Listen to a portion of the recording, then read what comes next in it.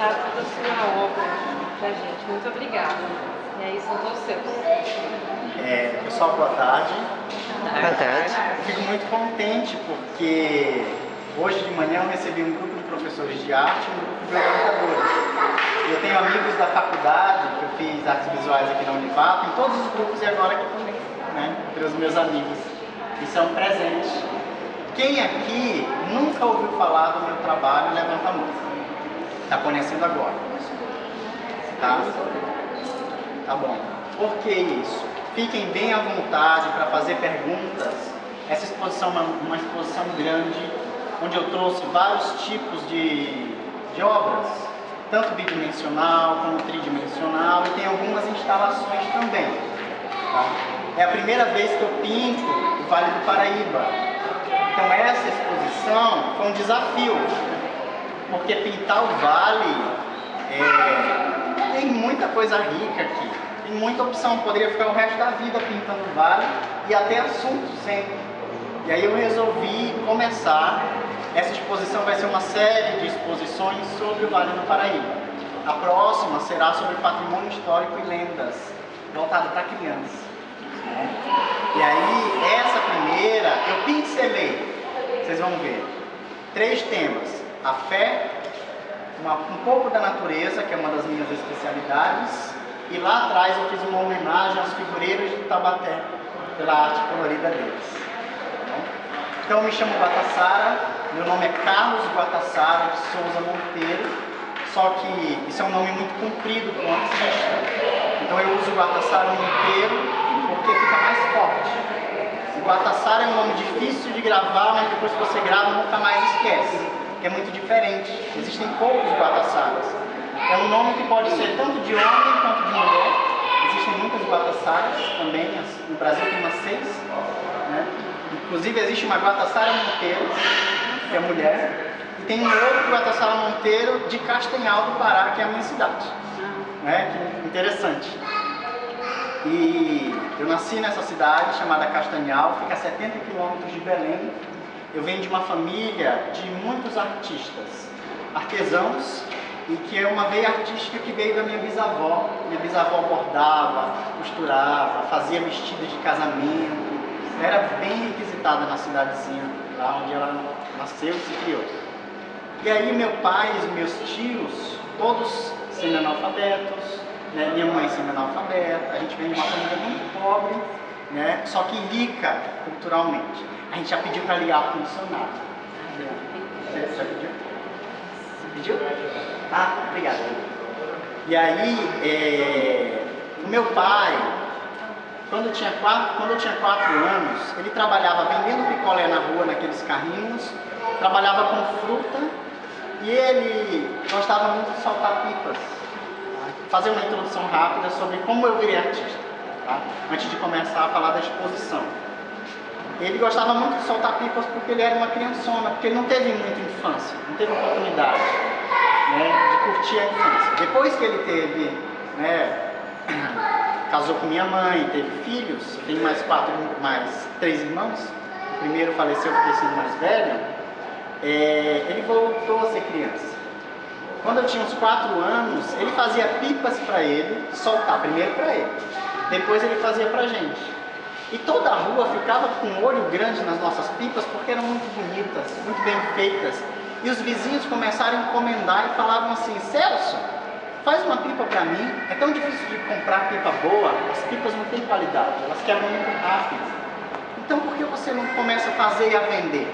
Meu pai era empreendedor, rapidinho ele sacou a ideia e criou a fábrica de papagaios e rabiolas Falcão.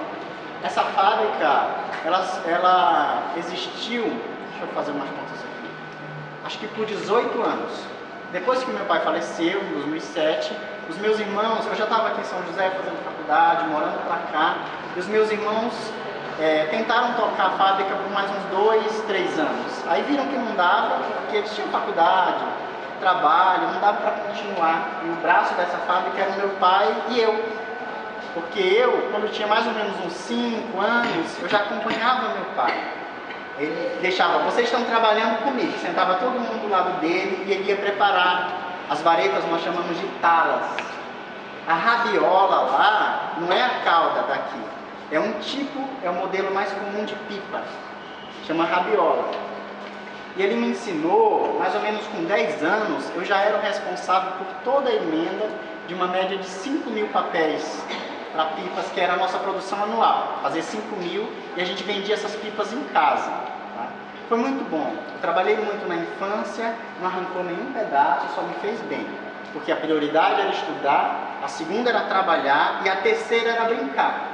E como a gente tinha um pouco tempo para brincar, estudava de manhã, trabalhava nas pipas à tarde, cuidando de alguma fruta, né, que ele trabalhava na feira também, eu chamava, né, tinha todos um monte de criança na rua e eu ficava assim, olha, a gente tem uma meta, a gente tem que fazer 50 rabos de pipa para a gente poder brincar. Para completar o time de futebol, eu tenho mais 2 irmãos aqui, precisavam da gente. Todo mundo trabalhava, a gente aprendeu a trabalhar muito rápido e fazer as coisas muito bem feitas. Então todas as crianças da rua adoravam fazer pipas. Todas sabiam fazer pipas e ia todo mundo lá para frente de casa ajudar a gente. Em 1 hora a gente cumpria a nossa meta e brincava a tarde todinha. Tá? E aí assim, eu aprendi a trabalhar com essas cores, emendando papel para fazer as pipas. Porque o meu pai ele fazia uns testes comigo. Ele falava, guarda, tem que ficar bem feito. Se ficar muito fina a emenda e controlar aquela bisnaga de cola, tem que ter muita prática. Quando a pipa está lá no céu, o vento faz abrir. Se ficar muito grossa, o cliente não quer, porque acha que o acabamento está ruim. Tá? Ela tem que ficar com 2 milímetros, iguais os papéis que a gente compra de fábrica emendados. Aí eu ficava pensando assim, que na verdade não era emendados, é a pintura do papel, né? E aí ele era bem assim, Caxias com essa questão do acabamento. E aí nós conseguimos fazer um padrão de emenda de papéis que parecia ter sido emendado em máquina. Tá? E ele falava, eu era turrão, ariano, né? Turrão. Ele dizia, eu vou emendar os papéis como eu quero. Aí eu pegava assim, preto, azul marinho, verde musgo. E ele falava, não vai ficar bom. Aí eu quero assim. Tá bom. Confeccionávamos a pipa, agora vamos soltar. Quando soltava com toda aquela linha, lá no céu parecia um pássaro, um urubuzinho, não dava para ver o desenho, porque ficava um pontinho preto a 1 quilômetro, 1.000 metros de linha, né? Aí eu disse, pai, já sei, vou fazer clarinho. Aí pegava rosa, branco, amarelo limão, tudo cor clarinha. O papai falava, guarda, não dá certo. Eu quero assim, vamos soltar a pipa. Sumia no céu. Ele disse, guarda, vamos juntar, né? Vamos pegar uma cor clara e colocar do lado de uma cor escura? Bora. Aí eu lembro, a primeira pipa que eu fiz foi do Batman, aquele amarelão do fundo e aquele morcego preto na frente. Soltei 1.500 metros de linha e lá estava o morcego. Nascia ali um artista, tá bom? E aí é por isso que eu consigo trabalhar com muitas cores, né? Hoje o meu traço já está mais amadurecido.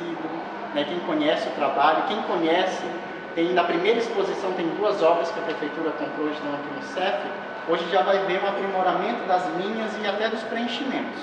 Tá? Mas mesmo quando eu fazia muitas imagens numa tela só, eu conseguia deixar de uma forma que não ficasse muito carregado, porque tinha sempre uma cor clara do lado de uma cor escura. Tá bom?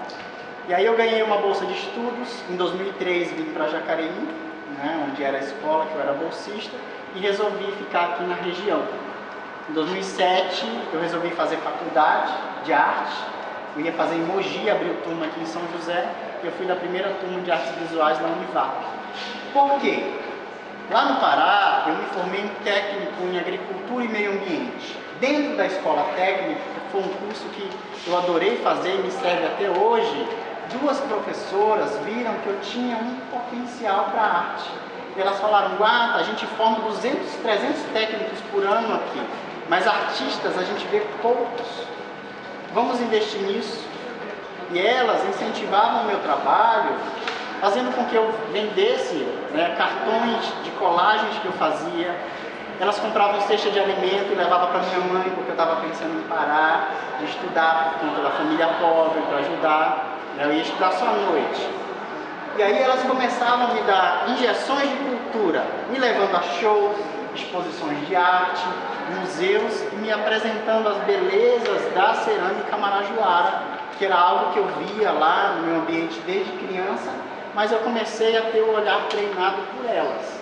Elas investiram em mim. É por isso que eu quis fazer também um curso que me tornasse um professor, porque todas as vezes que eu pensei em desistir desse sonho de viver de arte, que vocês sabem, não é fácil no Brasil, né? Nosso país está engatinhando ainda nessa área, eu tive um educador que me ajudou. Então, assim, dentro da universidade, tá?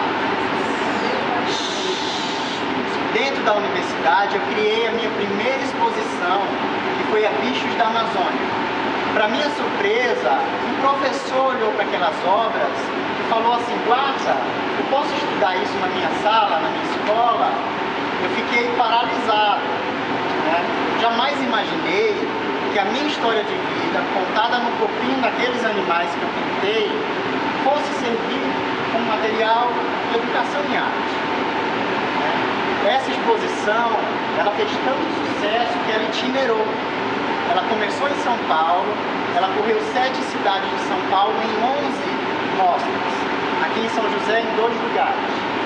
Depois, eu fiz uma outra exposição, isso foi em 2008. A segunda exposição foi em 2012, que foi a Meus Brinquedos, um convite da Galeria de Arte Helena Calil, da Fundação aqui de São José. Essa exposição foi com sucesso e depois aí eu já estava mais conhecido, aí vendi todos os trabalhos, acabou a exposição. A terceira, para fechar o ciclo de trabalho sobre a minha infância, foi um convite do Conjunto Nacional, do Espaço Cultural do Conjunto Nacional da Avenida Paulista, lá em São Paulo. Também é um espaço na frente da cultura, da livraria, onde passava muita gente, vendeu tudo, só aconteceu lá. Nesse meio tempo, um shopping de Belém do Pará me chamou para fazer uma exposição que o shopping ia dar de presente para a cidade. Nessa exposição, ele montou uma galeria muito bonita e entraram na galeria em 11 dias 65 mil pessoas. Ano passado, mais um shopping de Belém me chamou, um shopping diferente. Falou: Guarda, pinta o Círio de Nazaré, pinta os mantos. Eu fui para Belém de novo, uma exposição de mais de 20 dias. Também muita gente no shopping. No coração do shopping estava a exposição. Tá bom? E agora, como São José foi a primeira cidade que acolheu o meu trabalho, então eu tenho uma gratidão imensa por vocês, professores, que divulgam, que apostaram no meu trabalho. Quis começar por aqui. Sempre teve uma cobrança. A sua casa agora é o Vale. Quando você vai pintar o Vale? Essa exposição é a primeira de uma série que eu vou pintar o Vale, tá? Onde eu pintei. E aqui a gente está na primeira ala, que é a fé, a segunda é a natureza e a terceira é o artesanato. Esse quadro dá nome à exposição. Ele se chama No Coração do Rio.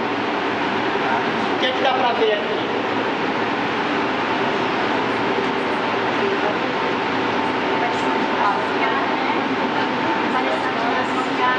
Aparição de Nossa Senhora Aparecida, né? Só que eu não quis deixar a Nossa Senhora decapitada, porque achou primeiro o corpo, a imagem, depois achou a cabeça. Então tem um pequeno corte aqui. Eu imaginei que o pescador pegou, encaixou e levou a imagem. E moldurando a imagem está o sol. O pôr do sol no Vale do Paraíba. Eu amei o sol daqui. As montanhas, todas as serras. E para essa exposição, a característica do meu trabalho são os preenchimentos. Para essa exposição, eu trouxe novos preenchimentos regionais. Então eu tenho, o que é isso? Maria da Bola. Os figureiros de Taubaté, eu tenho a viola caipira, eu tenho divino, Espírito Santo, tá? Eu tenho bolinho caipira, lamparinas, peões, as cerâmicas com traços orientais que são feitas lá em Cunha. Dá para ouvir aí atrás, gente? Senão eu peço para desligar, se ficar ruim. Tá bom? Tá. As cerâmicas E o que eu faço nas minhas palmeiras é colocar outras frutas. No lugar de colocar só banana, aqui deu uma cuja, aqui o cacho de fusca, para trazer a tradição dos fuscas lá de Cunha, uma das capitais do fusca no Brasil. Lá tem o festival Fuscunha. E o Fusca é o único carro mais barato que consegue subir aquelas serras, né? Tem força para isso. Aqui eu tenho o saci, tá? Os balares, que é artesanato tradicional feito com as taboas. As taboas estão aqui. A sucuri, que está lá em Aparecida, tem a sucuri aqui, tá bom? Que bicho é esse? As capivaras, que são tem jacaré de Jacareí, as araucárias, o João de Barro, esquilinho. Então tem muita coisa para as crianças descobrirem. Essa minha fala vai estar no material que vocês vão receber nas escolas. Eu explicando cada preenchimento desses para vocês passarem a sala de aula com as crianças. Tá bonito? Tá? Tudo bem aqui? Tem muitas coisas para descobrirem. Por exemplo, aqui tem uma libélula.